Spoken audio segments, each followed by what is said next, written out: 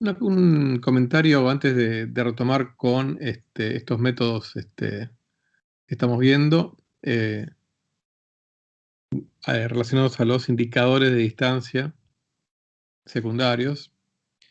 Yo les comenté en clases pasadas el tema de la sonda del satélite Gaia y de hasta dónde estamos llegando con la precisión de los paralajes. En su primera corrida Gaia midió paralajes con una precisión del orden de arcos de segundo, ¿no? Segundos de arco, perdón. O sea que eso implica poder medir paralajes a estrellas que estén a 1000 parsecs. Acuérdense que la distancia en parsecs es la inversa de la resolución en segundos de arco. Ahora, eso como primera... Pero digamos, luego de estos años que ya sé que está funcionando... Buenas tardes, disculpe la demora. Hola, buenas tardes. Que está todo dentro de lo planeado, ¿no? La precisión va mejorando, bueno, por la cantidad de tiempo acumulado de observación y demás, con lo cual se puede hacer estadística más robusta y el objetivo es llegar a precisiones del orden de decenas de microsegundos de arco. Entonces, decenas de microsegundos de arco, estamos hablando, digamos, 10 microsegundos de arco que equivaldría a 100.000 parsecs. Entonces, en esos años vamos a ver paralajes a estrellas, paralajes trigonométricos a estrellas, medidas por la sonda Gaia, que involucren, que estén a decenas de miles de parsecs. O sea, medir paralajes trigonométricos a estrellas en cualquier distancias arbitrarias dentro de la Vía Láctea, e incluso aventurarnos a medir paralajes a objetos que estén en quizá en alguna nube de Magallanes. O sea, realmente es formidable la precisión. O sea, llegar a 25 microsegundos de arco es algo formidable. O sea, 25 sería el límite. Estamos hablando de algo así como 40.000 parsecs. O sea, 120.000 años luz. Muy importante la distancia esa. Y ahora en estos tiempos van a salir más liberación de datos del Gaia. Supongo que el data release número 3. Pero bueno, ahí nos estamos, ¿no? Con el paralaje trigonométrico. Eso, aparte de lo que... Esto es lo que sería la astrometría, ¿no? Lo que se llama astrometría. Después está la parte de fotometría, que tiene que ver con medir intensidad de luz, espectros y demás, que también tiene otra serie de instrumentos formidables. Bueno, retomamos entonces. Habíamos visto la relación de Toury-Fisher y la relación de Faber-Jackson. La de Toury-Fisher involucraba a galaxias espirales, la relación involucraba la velocidad exterior de galaxias espirales con la luminosidad. La de Faber-Jackson, la dispersión media cuadrática de la parte central de una galaxia elíptica con la luminosidad. Eso es lo que vimos en la última parte de la clase pasada. Hasta ahí llegamos nosotros. Muy bien. Un poco relacionado con el método Faber-Jackson, fue mejorado porque la gente reconoció que esta relación entre la dispersión de la velocidad orbital, ¿no? Lo que llamamos sigma, acá, sigma, y la luminosidad absoluta de la galaxia elíptica depende del brillo superficial de la galaxia, ¿no? Pero el brillo superficial de la galaxia tiene que ver con el área de la galaxia, ¿no? Entonces, en un trabajo de Dressler y colaboradores del Astrophysical Journal llamado Espectroscopía y fotometría de galaxias elípticas, un nuevo estimador de distancias, se introdujo lo que se dio en llamarse el plano fundamental. ¿Por qué plano? Bueno, porque es un plano en un espacio de 3 parámetros, o de tres variables. Acá tenemos una relación, ¿no?, que presentaron en este paper, en donde acá aparece, fíjense, logaritmo natural ¿de qué? Del radio efectivo de la galaxia elíptica. ¿A qué se llama radio efectivo de la galaxia elíptica? Al radio dentro del cual la galaxia emite la mitad de la luminosidad total de esa galaxia. Esto supone, o se cumple bajo la aproximación de que la galaxia tiene algún tipo de simetría esférica. O sea, algún tipo, aunque sea una simetría parcialmente esférica o cilíndrica o algo así, ¿no? Entonces, el radio efectivo, ¿no? Entonces, la parte de la galaxia en donde emite la mitad de su brillo, ¿ok? Superficial.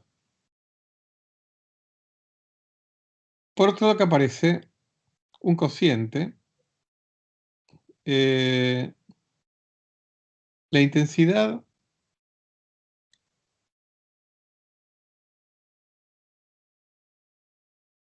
perdón, el flujo, la intensidad o flujo de energía recibido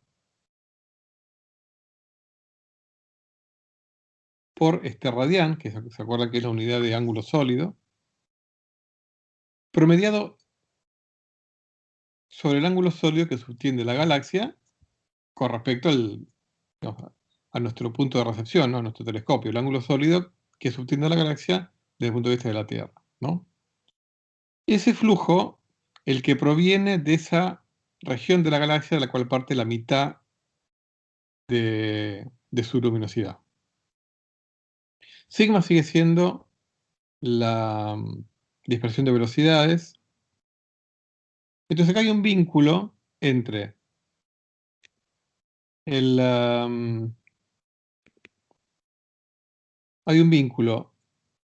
radio efectivo de la galaxia, el flujo de energía recibido y la dispersión de velocidades.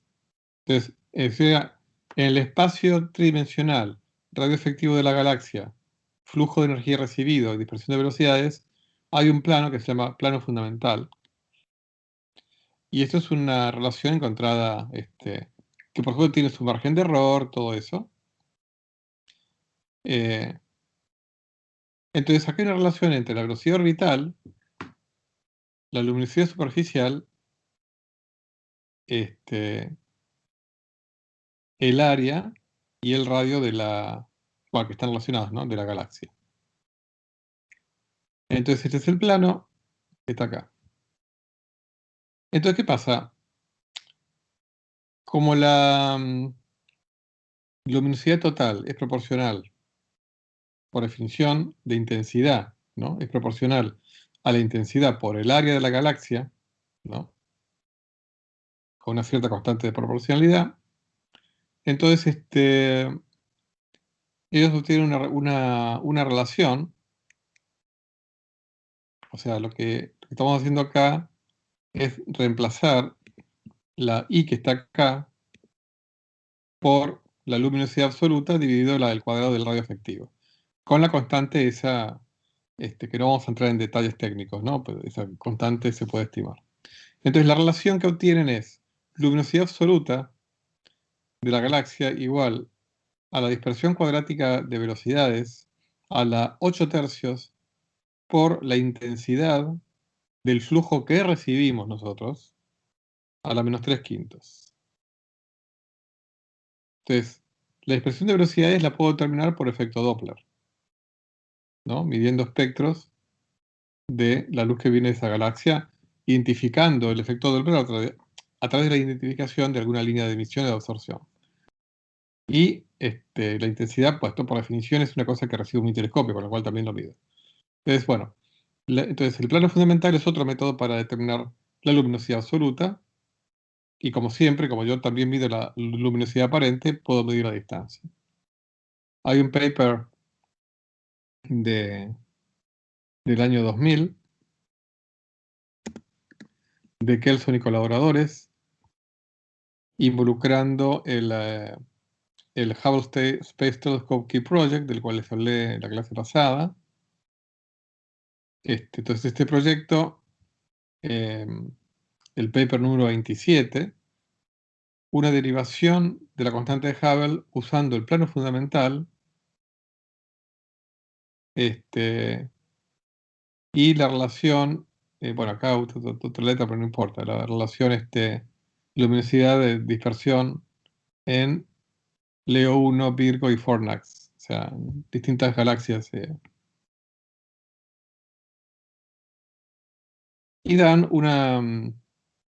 lo importante de esto es que es una estimación independiente de la constante de Hubble, porque en realidad tampoco es que son errores mejores ni peores que otros, sino que son métodos independientes.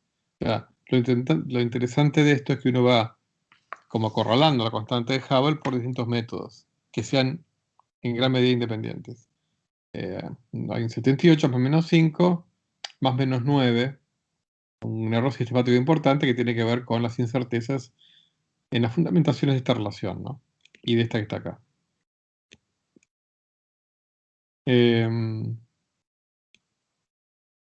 Muy bien, ahora vamos a entrar entonces en el cuarto indicador de distancia que estos últimos años se ha hecho como el más famoso, ¿no? Que son las supernovas de tipo 1A. Porque son gracias a las cuales se descubrió que el universo se está acelerando, ¿no? Entonces vamos a hablar un poquito de qué son las supernovas de tipo 1A. En realidad, algunos de ustedes saben qué son. O sea, ¿por qué se utilizan como candelas estándar? Porque son estrellas que originalmente eran una enana blanca, en un sistema binario con otra compañera menos compacta, la cual le está absorbiendo materia a través de un disco de acreción, ¿no? La enana blanca tiene un límite, toda la estrella enana blanca, la gravedad la resiste por la presión de generación del gas de electrones que está en la estrella. Son estrellas cuya temperatura es baja en relación a la densidad que tienen. O sea, la temperatura de una enana blanca puede ser de miles de grados, incluso más, pero la densidad es tan grande que aún así el gas de electrones puede ser, aunque no sea completamente degenerado, es parcialmente degenerado, porque aunque la temperatura sea de miles de grados, la energía de Fermi, del gas de Fermi, que constituyen los electrones, es superior. Entonces los electrones están parcialmente degenerados y la presión fundamental que sostiene la gravedad es la presión de degeneración del gas de electrones de la estrella. Pero desde que en la década del 30 Chandrasekhar calculó cuál es el límite que puede soportar una estrella cuya presión esté dada por la presión de degeneración de electrones, ese límite es del orden de 1,4 masas del Sol. Si una enana blanca absorbe masa y absorbe masa hasta que ya llega un momento en que su masa supera ese umbral, entra en una inestabilidad y se produce una explosión. ¿Qué explosión? La explosión de una supernova de tipo 1A. Eso es lo bueno de estas supernovas, por eso son candelas, porque el tipo de explosión es independiente o en gran medida, después vamos a ver un poquito más detallado, en gran medida independiente de la historia previa. O sea, toda supernova de tipo 1A se parece, las supernovas de tipo 1A se parecen entre sí en un montón de características. Pueden tener ligeras discrepancias que tienen que ver con, por ejemplo, la metalicidad de la enana blanca progenitora y de su compañera. Pero bueno, eso con el correr de los años se ha ido evaluando, pero en gran medida eh, son por ejemplo, hay una relación entre el brillo máximo de una supernova tipo 1A y el tiempo que transcurre hasta que el brillo máximo baja a la mitad.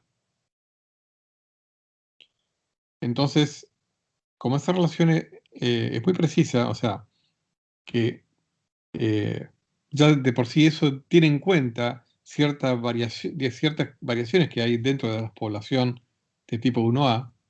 Entonces, si yo mido el tiempo que pasa entre el pico máximo, valga la redundancia, el pico de luminosidad y cuando cae la mitad, entonces yo puedo estimar cuál es la luminosidad absoluta del pico. Y como yo mido la luminosidad aparente, listo, ya tengo la distancia de esa supernova. Em, Tienen una serie de características, por ejemplo, vamos a especificar brevemente un poquito de nomenclatura de supernovas, ¿no? Yo dije que son de tipo 1A. Bueno, las supernovas se clasifican en tipos 1 y 2, para empezar. Los de tipo 1 son supernovas a las que no se detectan líneas de hidrógeno. ¿Mm? Ahora, ¿por qué es eso? Bueno, presuntamente es porque previo a la explosión, eh, cualquier capa exterior de hidrógeno que tuviera la estrella progenitora fue expelida. ¿Mm? Eso sí depende de la historia previa, ¿no? O sea, acá estamos hablando de supernovas de tipo 1, pueden ser o no producto de una enana blanca en un sistema binario. Si son producto de una enana blanca en un sistema binario, son de tipo 1A. Pero las de tipo 1 genéricamente son, por definición, las que tienen esto, no tienen líneas de hidrógeno, ¿eh? En su luminosidad. Y la explicación de esto es porque antes expulsaron cualquier capa que tuvieran, la expulsaron antes. Las del tipo 2 son las que aún no han perdido la capa de hidrógeno, o sea que todavía se detectan líneas de hidrógeno en la explosión. En la luminosidad de la supernova tiene líneas de hidrógeno. Entonces, bueno, como les comenté, las de 1A, acá es un poquito el resumen de eso, eh, son las que les dije, cuando la enana blanca en un sistema binario alcanza y sobrepasa el límite de Chandrasekhar, ¿no? Para el que esté interesado en ver videos sobre eso, bueno, algunos de los videos de mi curso de relatividad general discute el cálculo del límite de Chandrasekhar, de la masa límite de una enana blanca. Entonces, ¿qué es lo que pasa? Cuando la estrella llega a ese límite, ¿no? Entonces, bueno, les cuento que una estrella que una enana blanca tiene una importante composición de carbono y oxígeno. ¿Mm? Porque ya por sí una enana blanca es producto de una estrella que tuvo una serie de etapas, digamos, eh, explosivas, de alguna manera, aunque no fueran de tipo supernova.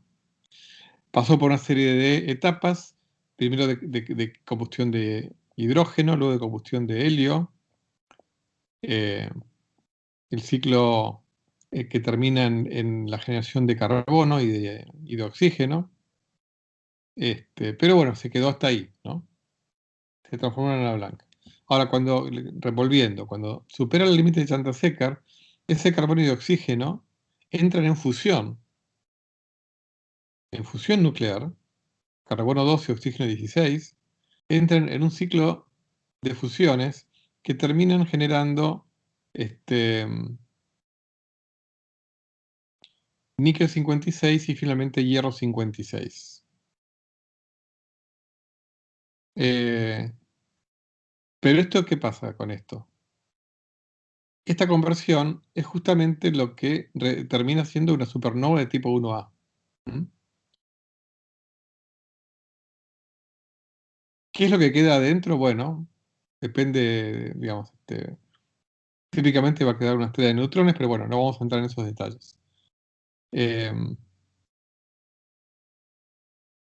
Esa supernova expele una importante cantidad de material, incluso se produce una onda de choque que puede sintetizar elementos aún más pesados que el níquel y el hierro 56, como por ejemplo, bueno,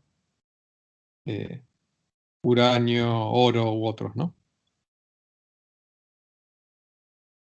La explosión de una supernova tipo 1A se puede ver a miles de millones de años luz de distancia. Por eso es que se han descubierto tantas cantidades de estrellas supernovas de tipo 1A. Y por eso son las que sirvieron para descubrir que el universo se está acelerando. Realmente es una luminosidad que puede superar a la luminosidad de una galaxia entera, ¿no? Entonces, como les dije, la física de esta explosión es más o menos la misma en cada historia, es un sistema binario, la historia es siempre la misma. O sea, en todo caso, la historia no importa, lo importante es que llegue un momento en que la enana blanca llegue al límite de Chandrasekhar, ¿no?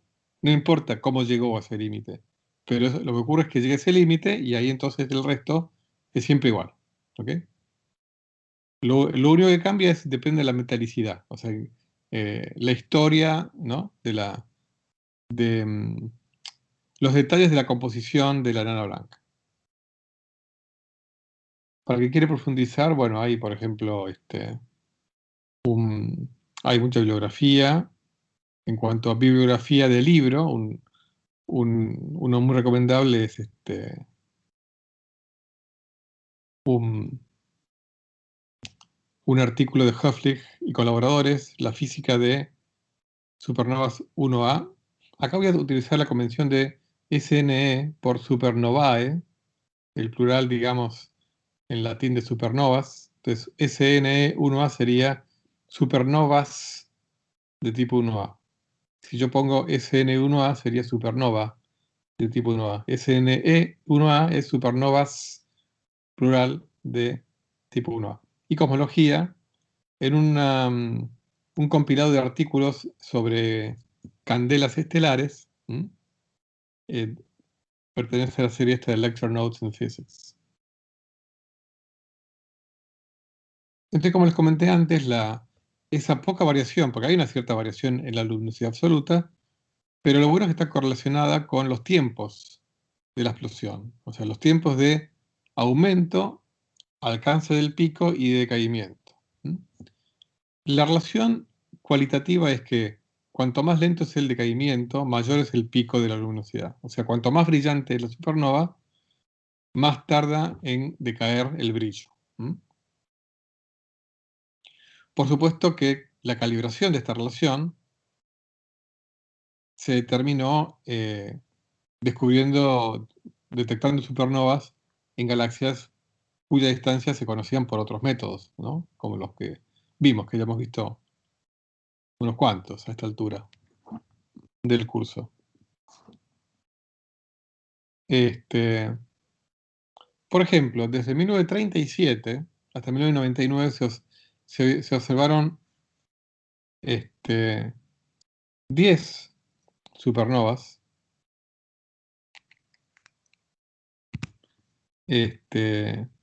de tipo 1A.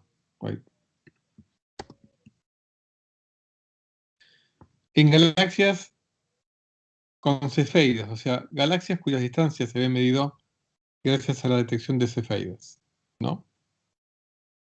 Para quien quiere profundizar por estos datos históricos, aparecen, por ejemplo, en un paper de Tripp y Branch, del Astrophysical Journal del año 99, cuyo título es Determinación de la constante de Hubble usando una corrección de 2 parámetros a la luminosidad de supernovas de tipo 1A. Acá aparece un listado de estas 10 supernovas asociadas a galaxias con cefeidas. Bueno, 6 de estas 10 supernovas eran tipo 1A. Entonces, estas 6 fueron utilizadas por el Hubble Key Project, perdón, por el, sí, está relacionado, por el grupo del Hubble Space Telescope Key H0 Group, que es un grupo que utilizó el telescopio Hubble para determinar la constante de Hubble y, entre otras cosas, calibrar la relación entre la luminosidad absoluta de las supernovas y el tiempo de caimiento. Y bueno, hay un paper de Gibson y colaboradores del año 2000,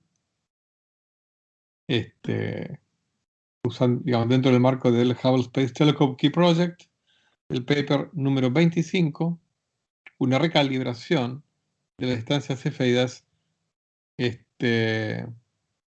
a supernovas tipo 1A y el valor de la constante de Hubble. O sea, acá analizan en detalle los datos de estas 6 supernovas de tipo 1A. En realidad, de las cefeidas de las galaxias en las cuales estaban estas 6 supernovas tipo 1A, como para mejorar en retrospectiva, mejorar la determinación de la distancia a estas 6 supernovas, mejorando la calibración, la medición a las cefeidas, mejorar la calibración entre la luminosidad de las supernovas y el tiempo de caimiento. Entonces, con esta calibración mejorada, de la relación no periodiluminosidad de cefeidas, sino de tiempo de caimiento de luminosidad absoluta de supernovas tipo 1A, se utilizó para calcular la distancia a otras 29 supernovas de tipo 1A, acá en galaxias cuya distancia no se conocían, galaxias con zetas que iban desde 0,01 hasta 0,1. Estas galaxias fueron observadas, estas galaxias y estas supernovas fueron observadas en el Observatorio Interamericano del Cerro Tololo. Los resultados fueron vertidos en este paper del Astronomical Journal por Jamui y colaboradores. El diagrama de Hubble de las supernovas tipo 1A del Calan Tololo y el valor de H0, de la constante de Hubble. ¿Qué valores obtuvieron? Ajustando el gráfico, ¿no? El gráfico de la pendiente, ¿no? de estas distancias. Nosotros vamos a ver dentro de pocas clases cuál es la ecuación para la distancia de luminosidad, ¿no? O sea, la cuestión va a ir cerrando, ¿no? Vamos a ir cerrando todas las puntas sueltas. El valor que obtuvieron para la constante de Hubble es 71 más menos 2 de error estadístico y más menos 6 de error sistemático. Kilómetros por segundo por megaparsec.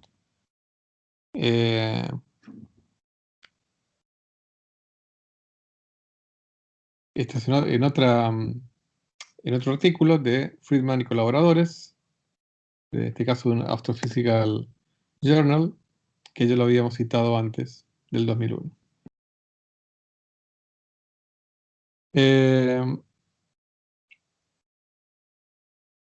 Este valor estaba de acuerdo con otra determinación anterior, de unos pocos años antes, del grupo de Ries y colaboradores, dentro del margen de error, ¿no? O sea, y utilizando supernovas de tipo 1A. Acuérdense de Ries, porque sobre Ries, si no se olvidaron, tiene que ver con el descubrimiento de la aceleración del universo. Pero bueno, este paper es previo a ese descubrimiento. 1995. Ellos habían determinado un valor por la constante de Hubble de 67 más menos 7 kilómetros por segundo por megaparsec. Este paper del 95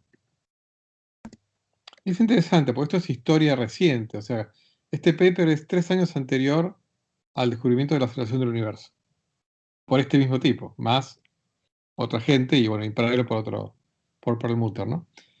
El título es Usando la forma de la curva de luz de supernovas tipo 1A para medir la constante de Hubble.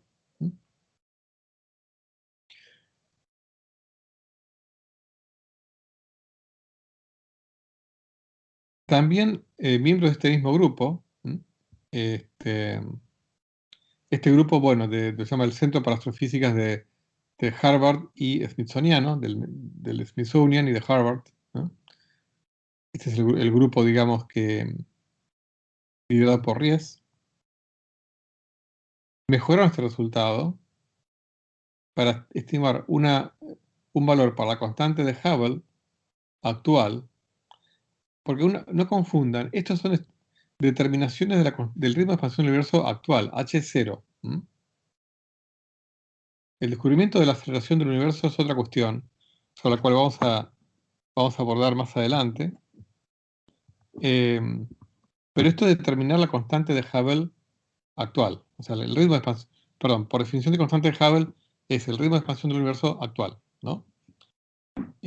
Para meternos con la aceleración, en realidad hay que meterse más profundamente en el espacio, a zetas, digamos, ya del orden de 1.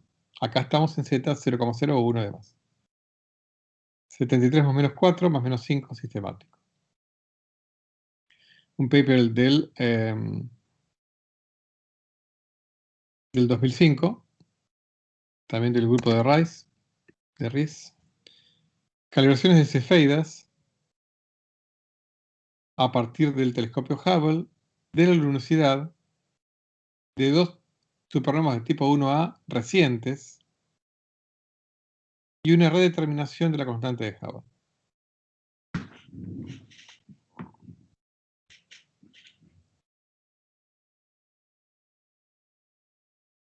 Muy bien.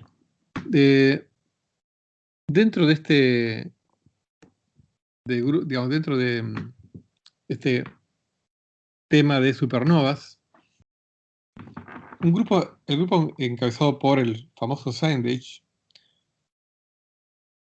usó, digamos, también las supernovas de tipo 1A y en paralelo la relación de Tully-Fisher. Y aquí hubo una tensión, pero dentro del mundo de la escalera de distancias cósmicas. Encontró valores menores para H0. En realidad yo no les comenté, pero tiene una larga historia, digamos, una tensión dentro de las mediciones de objetos galácticos, extragalácticos, con respecto a la constante de Hubble, ¿no? Pero bueno, eso no vamos a profundizar, que en parte tenía que ver con no confundir cefeidas que eran de naturaleza diferente. Pero no voy a entrar ahora a eso. De hecho, creo que en alguna clase algo mencioné antes. Bueno, pero esto es otra cosa. El grupo de Sandage encontró valores menores para H0.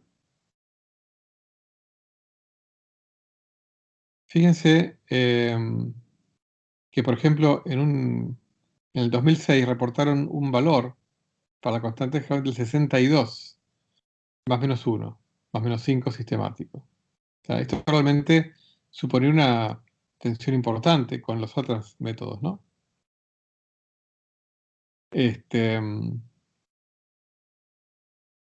Un paper interesante al respecto es la constante de Hubble, un resumen del programa del telescopio Hubble para la calibración de luminosidad de supernovas tipo 1A por medio de cefeidas, ¿no? Acá resumían 15 años de trabajo con el Hubble en relación a cefeidas, supernova tipo 1A y además la relación de Tully-Fisher. Entonces acá, en este trabajo, ellos lo que decían es que la diferencia entre estos resultados, ¿no? El 62 versus 73, se debían a una diferencia en relación periodo de luminosidad de cefeidas, o la calibración de esa relación de cefeidas a la hora de medir o de calibrar la relación para las supernovas. Y esto se relacionaba con que la relación para las cefeidas depende de la metalicidad. Y esto lo comentamos en la clase pasada cuando vimos cefeidas. Ahora bien, por otro lado, el grupo de Macri y colaboradores, que ya, un paper que ya citamos en la clase anterior, dijo que no había diferencia en la relación periodo-luminosidad para cefeidas que estuvieran en regiones pobres y en regiones ricas en metales. Con lo cual, como verán, este es un paper, si mal recuerdo, del 2007 o algo por el estilo. Como verán, el desconcierto no era menor, porque digamos,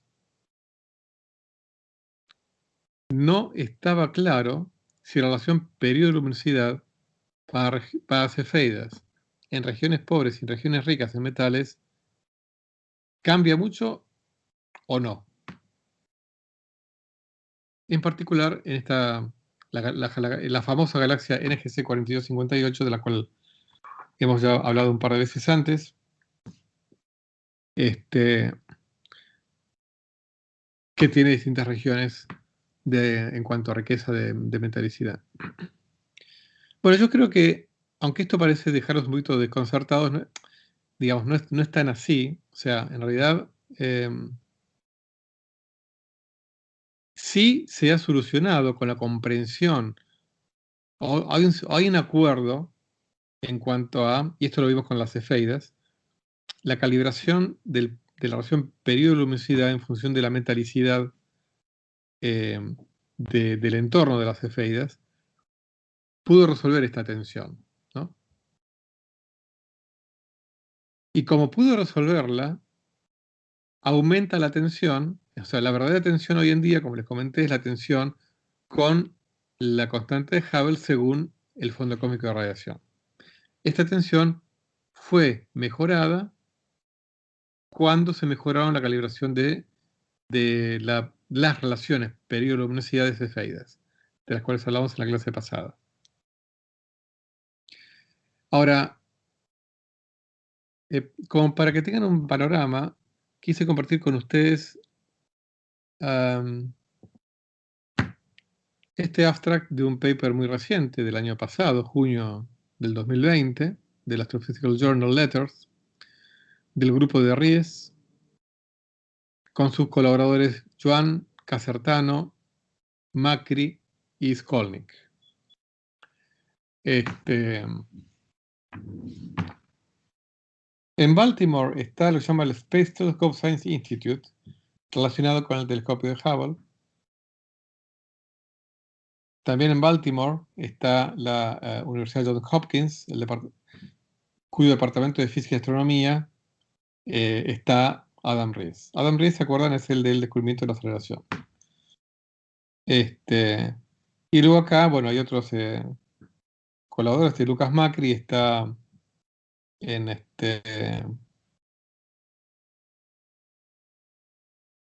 la Universidad de Texas, y Skolnick está en la Duke University. Fíjense, esto es año 2020, o sea, esto es state of the art, como dicen en los anglosajones. La precisión de la constante de Hubble medida con cefeidas extragalácticas depende de fotometría robusta y estimación del entorno en presencia de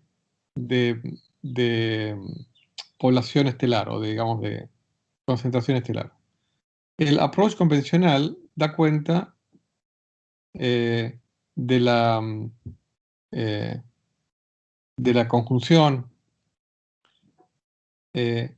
mediante la muestra de entornos cercanos a las cefeidas y suponiendo que están en esos entornos en sus posiciones, ¿no?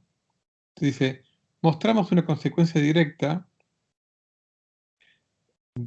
o podemos llamarlo amuchamiento, no sé cómo llamar crowding. Bueno, una consecuencia directa del amuchamiento mediante fuertes sin resolver en lugares de cefeidas, o sea, muestran que esto es una reducción de las amplitudes fraccionales de sus curvas de luz. Entonces dice, usamos una expresión analítica simple para deducir el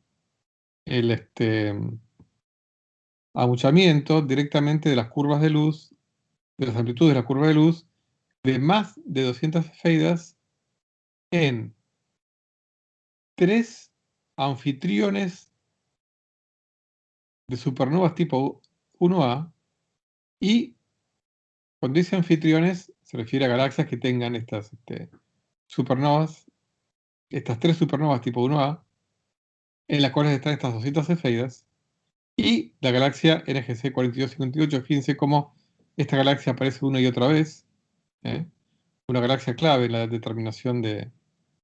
¿Se acuerdan que en esta galaxia también además hay masas de agua? Bueno, otra cosa. Observadas con el telescopio Hubble. Las primeras amplitudes en el infrarrojo cercano medidas más allá de las nubes de Magallanes.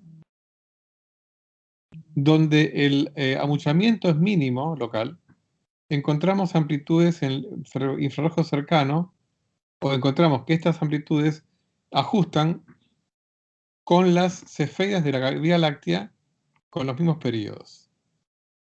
A densidades estelares mayores encontramos que las amplitudes medidas empíricamente ajustan con los valores predichos, sin parámetros libres, de amuchamientos establecidos de la manera convencional a partir de regiones locales, confirmando la precisión en la estimación del entorno en los lugares de las cefeidas. Las amplitudes de las cefeidas extragalácticas necesitarían aproximadamente, deberían ser aproximadamente un 20% menores que las medidas para indicar un amuchamiento no reconocido adicional como fuente primario para la discrepancia en la constante de Hubble. En lugar de eso, encontramos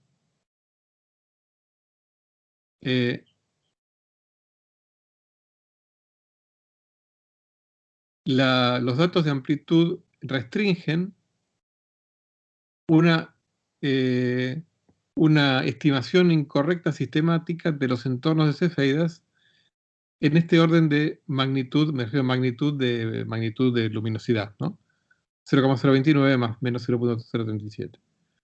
Más de 5 veces menor que el tamaño de la tensión de Hubble de 0,2 magnitudes. Entonces dice, concluimos que estos errores, que los errores sistemáticos, fíjense, o sea, estas misestimations, o sea, estas posibles estimaciones incorrectas sistemáticas en los entornos de cefeidas, que tiene que ver con esto de las metalicidades de los entornos de cefeidas, a lo sumo pueden corregir la relación luminosidad-período en 0,029 magnitudes, cuando la tensión, para resolver la tensión entre la constante de Hubble y la del fondo cósmico de radiación, necesitaría que la variación fuera de 0,2, ¿ok? Entonces dice, concluimos que los errores sistemáticos en los entornos de cefeidas no proveen una resolución plausible a la tensión de Hubble,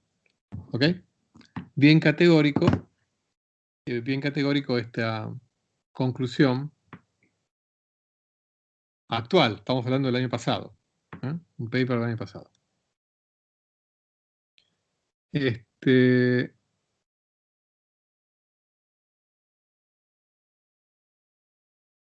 compartir antes de hacer la pausa un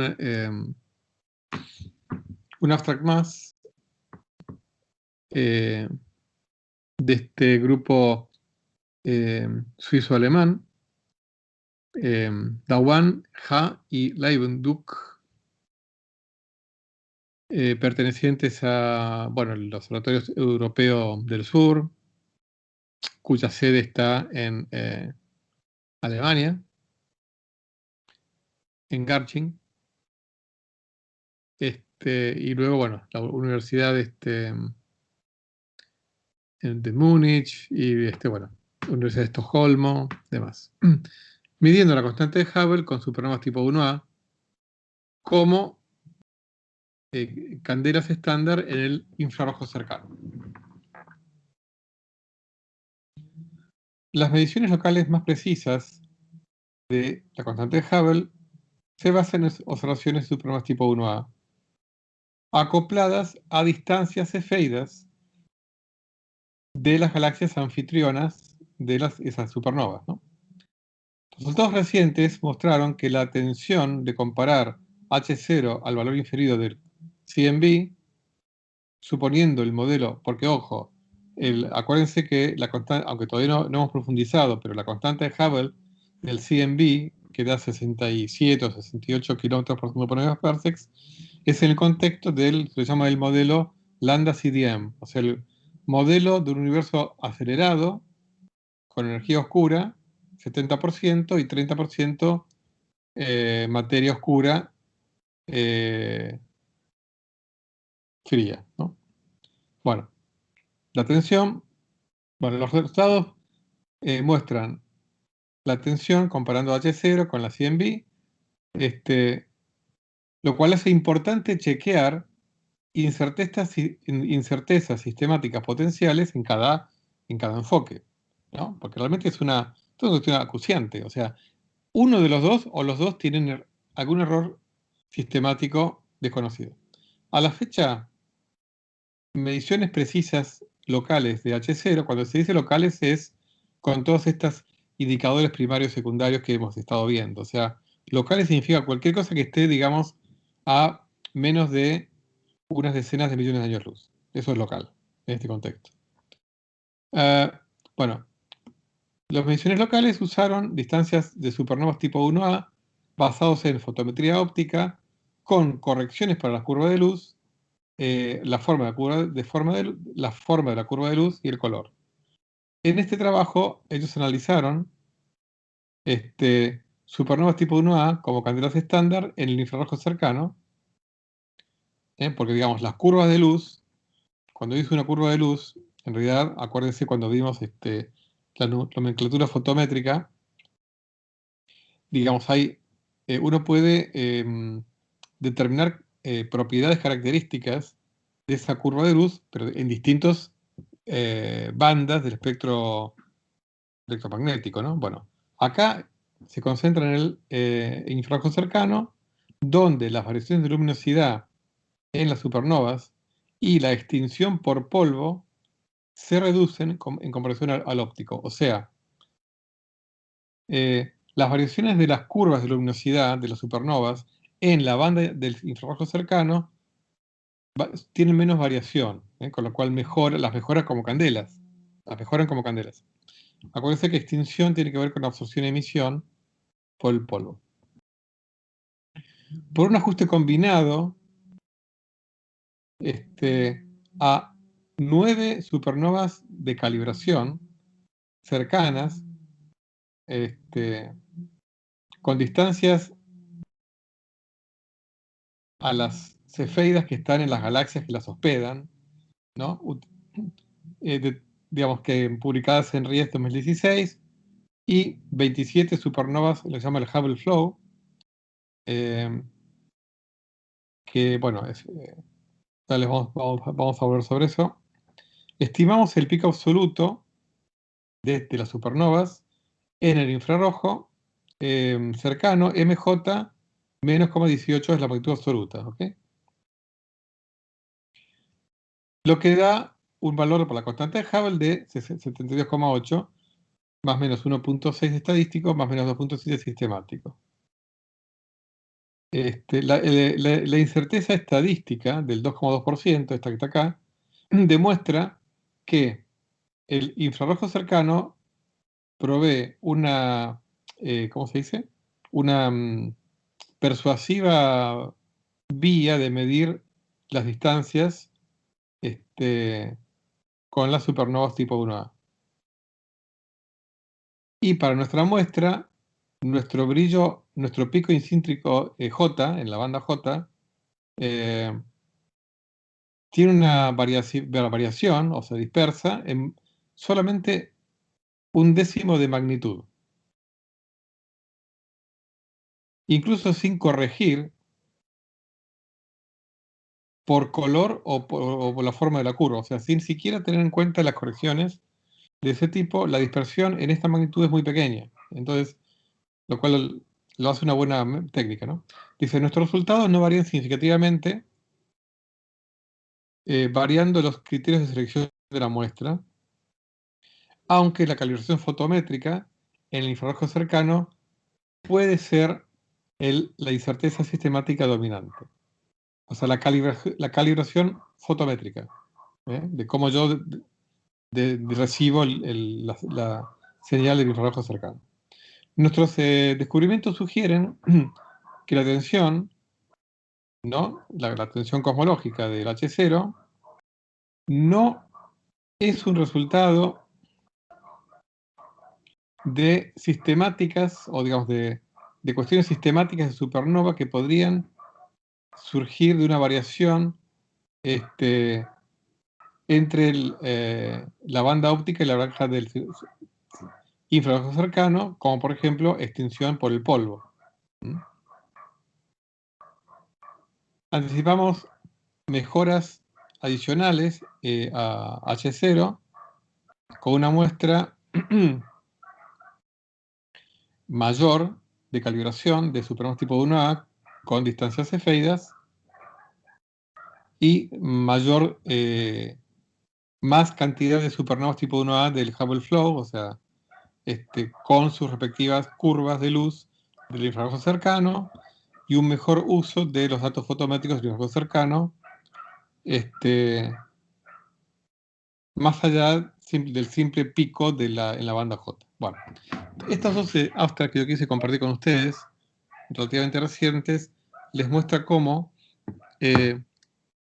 dentro de la comunidad, digamos, que son de la Cosmic Distance Ladder, ya no hay tensión. O sea, la tensión está entre todo esto y el fondo cósmico de radiación, o la información que nos da el fondo cósmico de radiación. Bueno, muy bien, vamos a parar de grabar acá.